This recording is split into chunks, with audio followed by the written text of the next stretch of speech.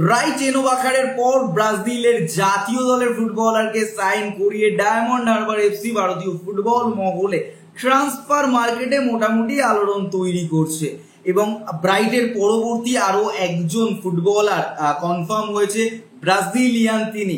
এবং যেখানে দাঁড়িয়ে আইএসএল হবে কিনা তা নিয়ে নিশ্চয়তা তো নেই, তবে আই লিগ গত সিজনে চ্যাম্পিয়ন কারা তাদেরই কোনো নিশ্চয়তা পাওয়া যায়নি। তো সেইখানে দাঁড়িয়ে বাকি টিমগুলো দল গঠন ছেড়ে দাও, আই লিগের যে শিডিউল সেটা কি হতে চলেছে, আই লিগে কি ব্যবস্থাপনা নিতে চলেছে, পুরোটাই এখন বিষবাও জলে। তার মধ্যে ডায়মন্ড হারবার এফসি একের পর এক চমক দিচ্ছে।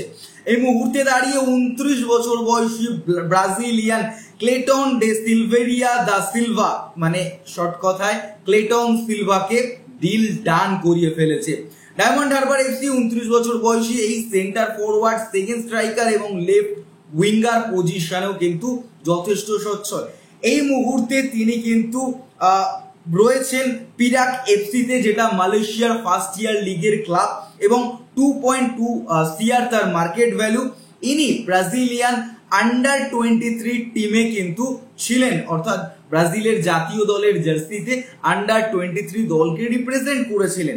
এবং রিসেন্ট সিজনে সুপার লিগ, যেটা মালয়েশিয়ার ফার্স্ট ইয়ার লিগ, সেখানে পিরাক এফসির হয়ে কিন্তু তিনি 22টা অ্যাপিয়ারেন্সে 8টা গোল 4টে অ্যাসিস্ট করেছেন। অন্যদিকে পিয়ালা মালয়েশিয়া, এটা অন্য আরেকটা লিগ মালয়েশিয়ারই, সেখানেই কিন্তু 4টে অ্যাপিয়ারেন্সে 2টো গোল 3টে অ্যাসিস্ট করেছেন।